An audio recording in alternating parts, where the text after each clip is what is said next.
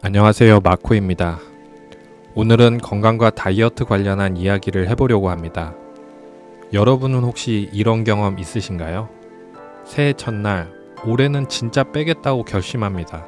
유튜브에서 운동 영상 찾아보고 식단표도 짜고 러닝화도 새로 삽니다. 큰 마음 먹고 헬스장 회원권 결제하고 PT도 예약을 잡습니다. 한 1주? 2주? 열심히 합니다. 길면 한 달. 그런데 어느 순간 슬금슬금 원래대로 돌아갑니다. 그리고 연말에 체중계를 올라가 보면 오히려 숫자가 늘어있는 마법이 일어나죠. 한국 리서치에서 2025년에 조사한 결과가 있는데요. 체중에 불만족한 사람이 61%인데 실제 다이어트 성공률은 36%밖에 안 된다고 합니다. 해외 연구에서는 2년 안에 감량한 체중의 절반 이상을 다시 되찾고 5년이 지나면 80% 이상이 원래 체중으로 돌아간다고 합니다. 현재 건강 관련한 정보와 방법은 이미 다 알고 있습니다. 그런데 왜 매번 같은 결과가 나오는 걸까요? 오늘은 이 영상이 끝날 때 여러분은 건강, 다이어트에 관한 근본적인 문제를 알게 될 것입니다. 다이어트에 100번 실패한 진짜 이유가 여러분이 생각하는 것과 조금 다른 이야기가 될 수 있습니다. 끝까지 시청하시면 올해 필승 전략을 세울 수 있을 거예요. 자, 그럼 시작합니다. 먼저 하나만 확실히 말씀드리겠습니다. 여러분의 다이어트 실패는 의지가 약해서가 아닙니다.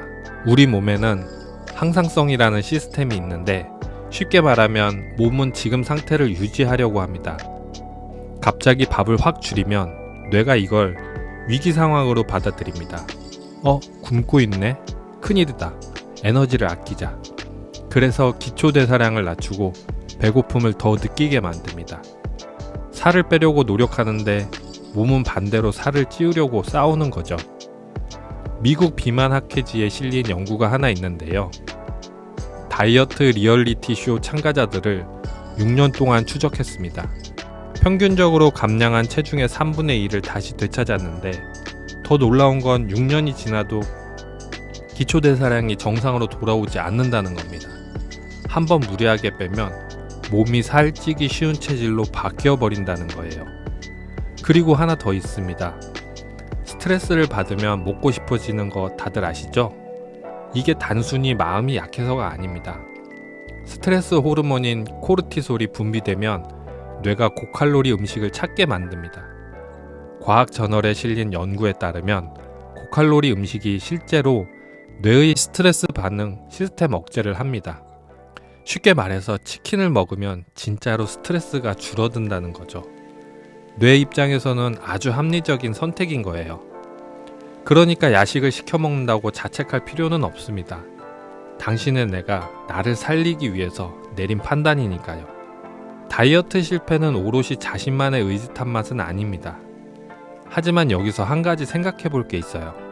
항상성도 코르티솔도 감정적 식사도 모든 사람에게 똑같이 작동한다는 거예요.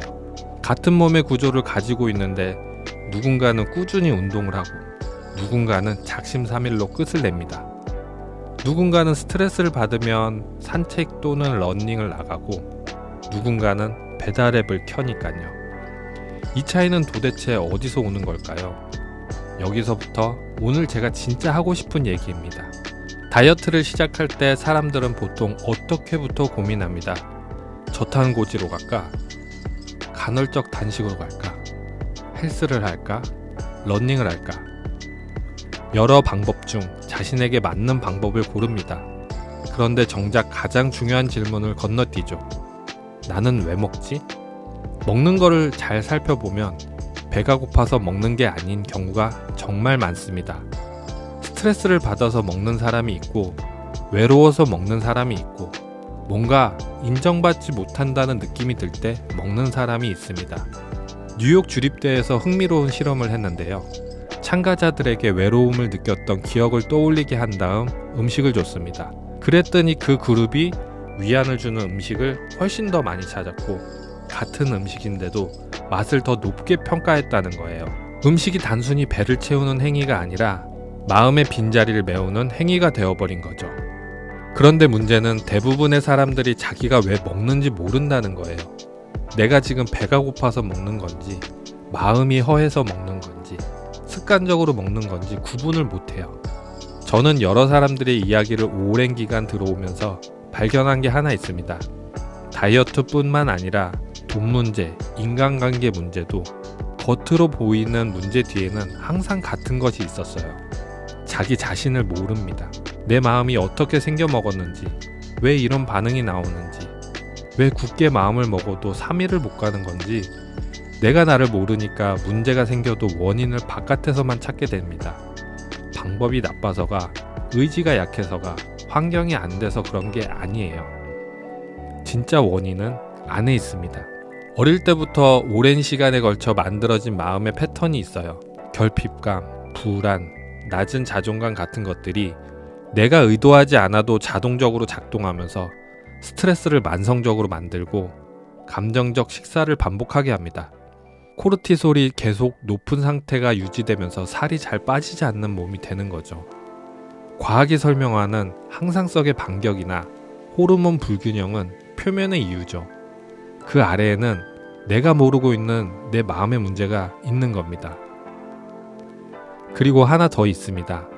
설령 이걸 어렴풋이 느끼더라도 대부분 인정하지 않습니다. 다이어트에 실패하면 보통 두 가지 반응이 나오죠. 하나는 다음에 더 독하게 해야지. 다른 하나는 나는 원래 살찌는 체질이야.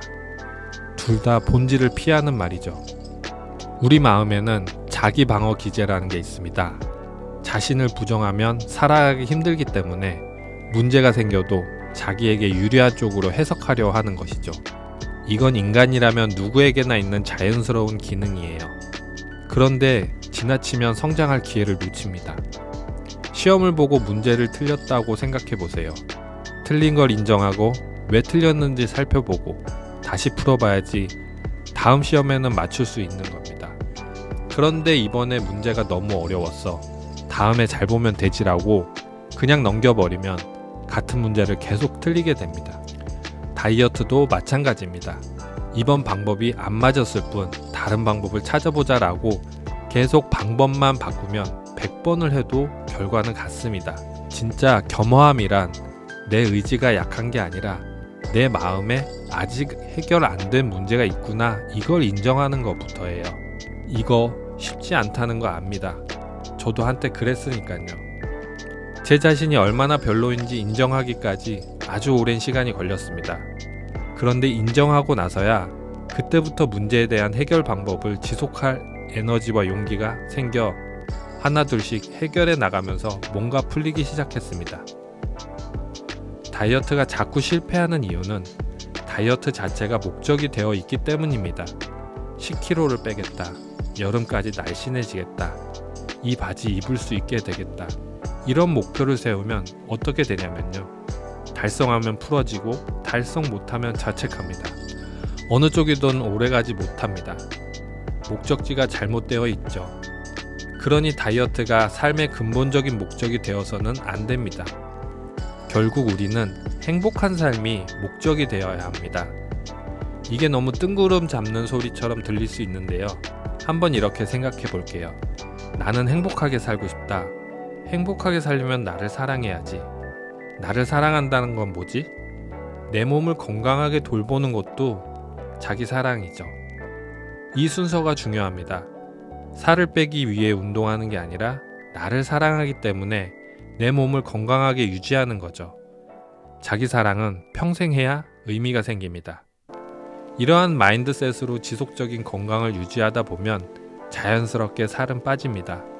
그리고 그게 억지로 유지하는 다이어트가 아니라 자연스럽게 지속되는 루틴이 됩니다. 같은 행동이에요. 러닝을 하고 밥을 챙겨 먹고 충분히 자는 것.